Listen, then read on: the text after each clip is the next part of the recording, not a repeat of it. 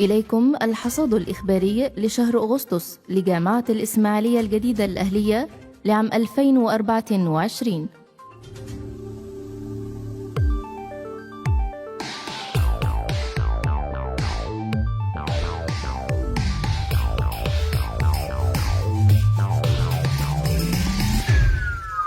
جامعة الإسماعيلية الجديدة الأهلية تهنئ الفريق أسامة ربيع بتجديد الثقة رئيساً لهيئة قناة السويس في خطوة تعكس التقدير التام للجهود التي بذلها. وأصدر الرئيس عبد الفتاح السيسي قراراً جمهورياً بتجديد الثقة في الفريق أسامة ربيع رئيساً لهيئة قناة السويس.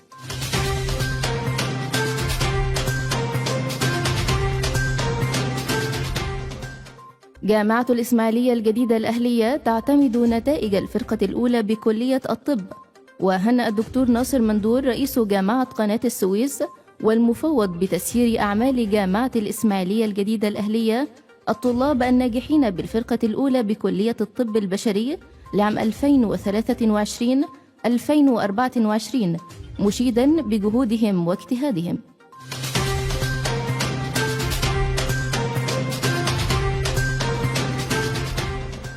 في 13 من أغسطس تم فتح باب التقديم الإلكتروني للطلاب الراغبين في الالتحاق بجامعة الإسماعيلية الجديدة الأهلية من الثانوية العامة والأزهرية والشهادات المعادلة العربية والأجنبية.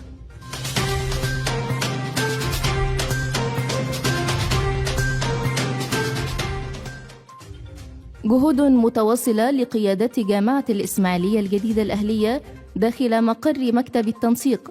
ويؤكد الدكتور ناصر مندور مستمرون في تلقي المستندات ومراجعة أصول الأوراق داخل مقر مكتب التنسيق.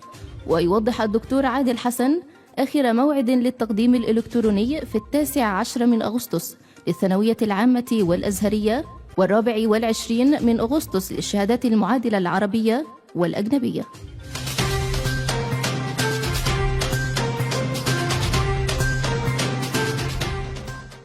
اتحاد طلاب جامعة الإسماعيلية الجديدة الأهلية وأسرة طلاب من أجل مصر يشاركون بفعالية في أعمال مكتب تنسيق جامعة الإسماعيلية الجديدة الأهلية.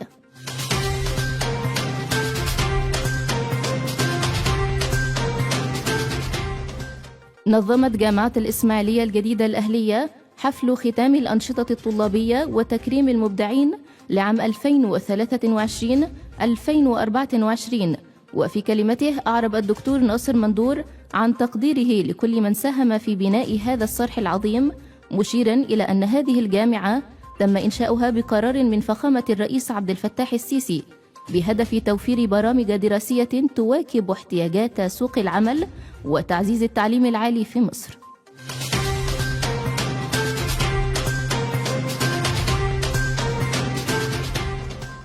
تسهيلاً على الطلاب الجدد في اختيار مجالات الدراسة داخل الجامعة، وضحت مجموعة من الطلاب القدامى مميزات كليات الجامعة وبرامجها، والتي تشمل كلية الطب، طب الأسنان، العلاج الطبيعي، الصيدلة، الهندسة، التمريض، تكنولوجيا العلوم الصحية والتطبيقية، وكلية التجارة الدولية واللغات.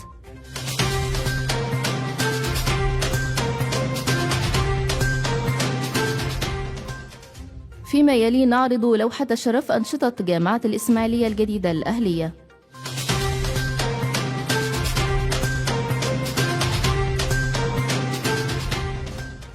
إلى هنا تنتهي نشرة أخبار جامعة الإسماعيلية الجديدة الأهلية. إعداد المكتب الإعلامي لجامعة قناة السويس.